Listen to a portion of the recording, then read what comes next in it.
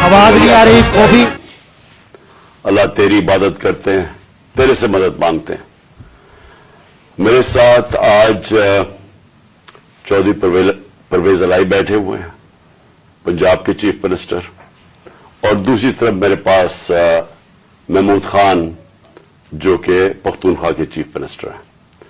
تو ہم نے آج بڑا اہم فیصلہ کرنا ہے اور میں نے اناؤنس کرنا ہے. تو میں یہ چاہتا تھا کہ آج میں اپنی قوم کے سامنے پہلے یہ رکھوں کہ ہم اس سٹیج پہ پہنچے کیسے ہیں, کہ ہم سٹنگ گورنمنٹس ہیں, ہماری اپنی گورنمنٹس ہیں, ہمارا اپنا راج ہے یہاں, لیکن ہم کیوں اس نتیجے پہ پہنچے ہیں کہ ہم سمجھتے ہیں کہ اگر ہمیں اپنی گورنمنٹس بھی قربان کرنی پڑے اس ملک کے اندر, جب تک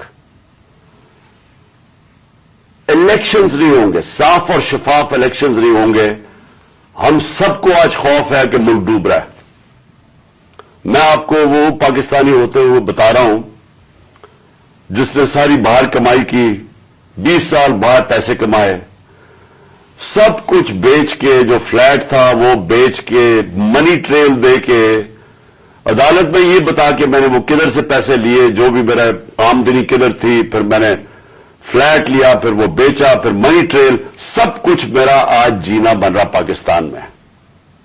اور میری طرح کے سارے وہ پاکستانی, اور میں ان پاکستانیوں کی بات کر رہا ہوں جو کہ اس ملک سے پیار کرتے ہیں, عشق کرتے ہیں اپنے ملک سے, میں ان پاکستانیوں کی بات کر رہا ہوں. میں ان کی بات نہیں کر رہا جو چوری کر کے اس ملک کا پیسہ باہر بیچتے ہیں, جن کا سب کچھ باہر ہے, بزنسز باہر ہیں, بچے باہر ہیں, بڑے بڑے محلات باہر ہیں, یہاں کے چوری کے پیسے سے بڑے بڑے شاہانہ ان کا زندگی ہے. اور میں ان کی بات نہیں کر رہا کیونکہ ان کا اس ملک سے کیا رشتہ ہے, اور میں باقی پاکستانیوں کی بات کر رہا ہوں جو سمجھتے ہیں کہ ہمارا جینا مرنا پاکستان میں ہے. اور میں ان پاکستانی میں سے ہوں جس کو پورا موقع تھا کہ 20-25 سال باہر میں نے کرکٹ کھیلتا تھا, میری شادی بھی وہاں کی, میں پاسپورٹ لے سکتا تھا, برطانیہ کا پاسپورٹ لے سکتا تھا, لیکن یہ میرے کبھی ذہن میں یہ چیز نہیں آئی کہ میرا پاکستان کے علاوہ کوئی اور گھر ہے. تو میں آج وہ پاکستانی آج بات کر رہا ہے کہ مجھے پہلی دفعہ مجھے خوف آ رہا ہے کہ یہ جو چوروں کا ٹولہ اوپر بٹھایا گیا ہے یہ ملک کو تباہی کی طرف لے کے جا رہا ہے. میں آج کوئی پاکستان کے بزنس مین سے پوچھ لیں, کوئی انڈسٹریل سے پوچھ لیں, پاکستان کے کسانوں سے پوچھیں, پاکستان کے مزدور سے پوچھیں, جس کی آج آمدنی اور اس کا جو خرچہ ہے اس میں اب کوئی بیلنس ہی نہیں رہا. 50 سال کے بعد سب سے زیادہ مہنگائی ہوئی ہے آج پاکستان میں. آج ہماری انڈسٹری بند ہو رہی ہے, وہ انڈسٹری جو ہمارے دور میں بڑی مشکلوں سے تیسرے اور چوتھے سال میں ہم نے محنت کر کے انسینٹیوز دے کے انڈسٹری بڑھائی, جو کہ ہمارے آخری مہینے میں 26% انڈسٹریل گروتھ تھی, جو ٹوٹل انڈسٹری تھی 10.7% پہ لارج اسکیل مینوفیکچرنگ پاکستان میں گرو کر رہی تھی. دولت میں اضافہ ہو رہا تھا, ہمارے ٹیکسز بڑھ رہے تھے, ریکارڈ, کیونکہ دولت میں اضافہ ہو رہا تھا, ٹیکسز میں اضافہ ہو رہا تھا, ریکارڈ ٹیکسز اکٹھے کیے, ریکارڈ ایکسپورٹس ہم نے کی. مجھے فخر ہے کہ میں نے اپنے کسانوں کی مدد کی. 4.5% پہ ہمارا زراعت کے اندر گروتھ ہوئی, اضافہ ہوا. ہماری 4 فصلیں 2 سال ریکارڈ فصلیں ہوئی پاکستان میں, تو ہم نے کسانوں کی مدد کی. آج وہ سارا جو پاکستان وہاں لے کے جا رہے تھے, آج مجھے ایک چیز بتائیں کہ پاکستان میں کسی میں بہتری ہوئی ہے. آج مایوسی کا یہ عالم ہے میرے ملک میں کہ